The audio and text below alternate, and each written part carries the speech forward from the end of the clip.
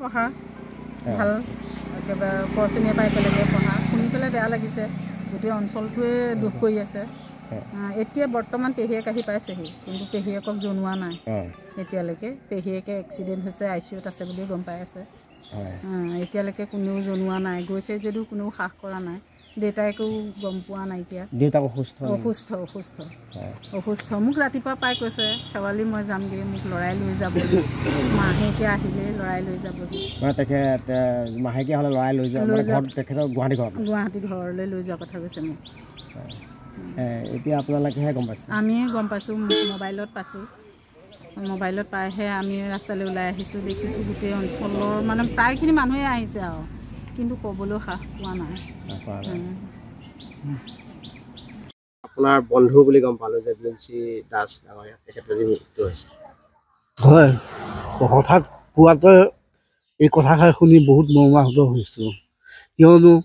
মাক ঢুকুৱা বেছি দিন হোৱা নাই ভাইজনে কৰিছে মাত্ৰ 18 দিন হৈছে তাৰপিছতে যে এনেকুৱা আকস্মিকভাৱে ধুমুহা পৰা দি এনেকুৱা এটা খবৰ শুনিম ভাবিব বিশ্বাস কৰিব পৰা নাই বিশ্বাস কৰিব নোৱাৰিলোঁ কিন্তু আমি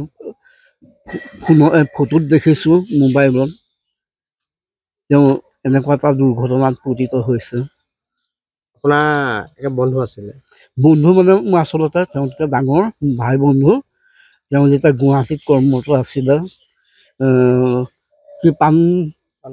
পাণবজাৰ হেৰি যান বাহন শাখাৰ IC আছিলে ফটাশিল পাণবাৰী সেইখিনিক কয় তেওঁ মই গুৱাহাটীলৈ গ'লে প্ৰায় তেওঁৰ ঘৰতে থাকোঁ